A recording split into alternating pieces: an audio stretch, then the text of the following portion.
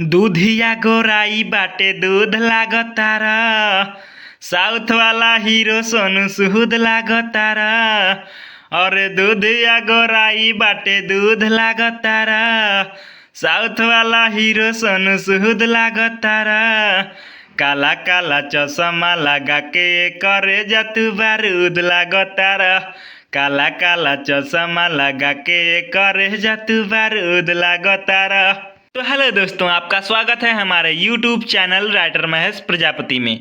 तो दोस्तों, आज हम इसी सॉन्ग पर एक बोल बम का सॉन्ग लेकर आए हैं जो फुल और फ्री है। काफ़ी अच्छा मैटर है, मार्केट में बजने वाला मैटर है। तो चलिए स्टार्ट करते हैं बिना समय गवाए मुखड़े के साथ। ले ले बाड़ कावर तू कमाल लागतार।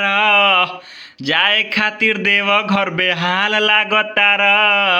अरे ले ले बाड़ कावर तू कमाल लागतार। जाए खातिर देव घर बेहाल लागतार।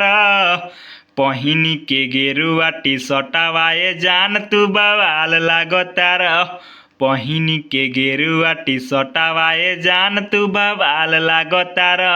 अंतरा फर्स्ट जात बाड़ा देव घर बाबा के नगरिया। मथावा प बनले बाड़ा गेरुआ पगड़िया। और जात बाड़ा देव घर बाबा के नगरिया। मथावा प बनले बाड़ा गेरुआ पगड़िया। मेहदी लगाई पाँव लाल करतार। पीले बाड़ा गाजा महाकाल लागतार। पहिनी के गेरुआ टी शर्टवाए जान तू बवाल लागतार। पहिनी के गेरुआ टी शर्टवाए जान तू बवाल लागतार।